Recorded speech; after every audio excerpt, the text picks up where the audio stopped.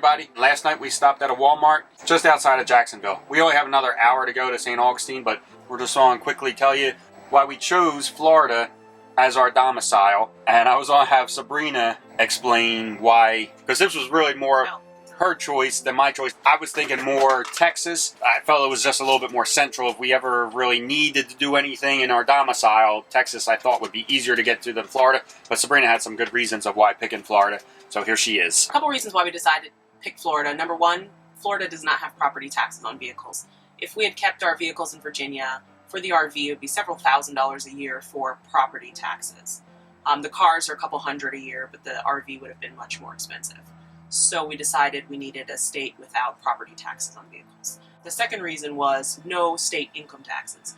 So that's another good reason for Florida. Third reason, Disney's here. How can you not love Disney? We love Disney, and we're at Disney probably about once a year. And so getting discounted annual passes was important to me. I don't know if I should use the word important, but I really wanted them, okay? So picked up some passes for $230 for a year. Can't go on weekends, can't go on holidays, can't go during the busy summer months, but that's fine because we don't ever go during those months anyway. So Disney annual passes influenced me. And the other thing was accessibility to health insurance. So you can get health insurance in any state that you live, but we were really looking for policies that you could use outside of the state, and apparently Florida is really good for that. The other two states that were our runners-up, Texas or South Dakota, which apparently these are the three states after our research online that are the best for the full-time RVers.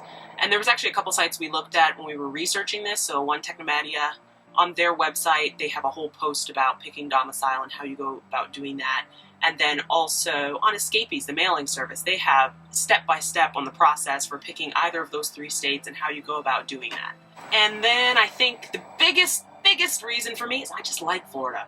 I grew up in Florida. I like Florida. I'm partial to Florida, so I definitely wanted Florida over Texas. So after we go do the registration, we will report back and let everybody know just what the final cost of changing everything over to Florida was for registration, all of our fees.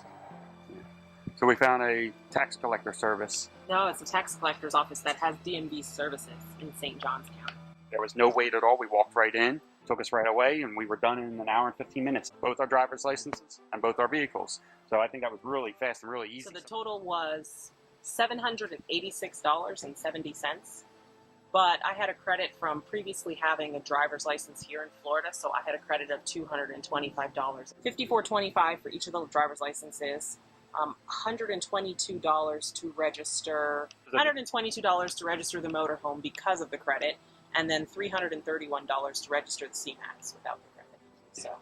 Now, do you pay that every year? No. The registration fee is like $40-something a year. Which is a lot better than our $2,000 a year in Virginia. Yes. Oh, sorry. One other thing about paying in this tax collector's office: if you pay with debit or credit, there's a 2.3% convenience fee, which you don't have if you pay with cash or check. All right, so we're going to head over to the Cafe Bistro, I believe it was called. Dee follows our channel, and she recommended it, and we're going to go check it out. All right, everybody. All right, see you guys later. later.